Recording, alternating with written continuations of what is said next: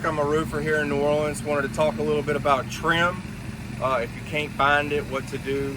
This goes for either interior trim or exterior trim. So if you can't find it at your box store, Lowe's or Home Depot, and you also went to your lumber places that deliver lumber, 2x4s and 2x6s and such, a lot of times they don't have them either. So you're going to want to go to a specialized place. Here in New Orleans, Riverside Lumber is on Morrison, and they actually make the trim. They take raw wood and they make it.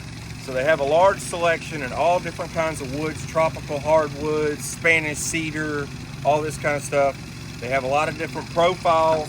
They give you a nice guide to figure out what trim you need. And then if all that fails and you still need a custom piece of historic trim, they can actually make a knife. They make a knife for their router and their milling machine, and they can custom make it.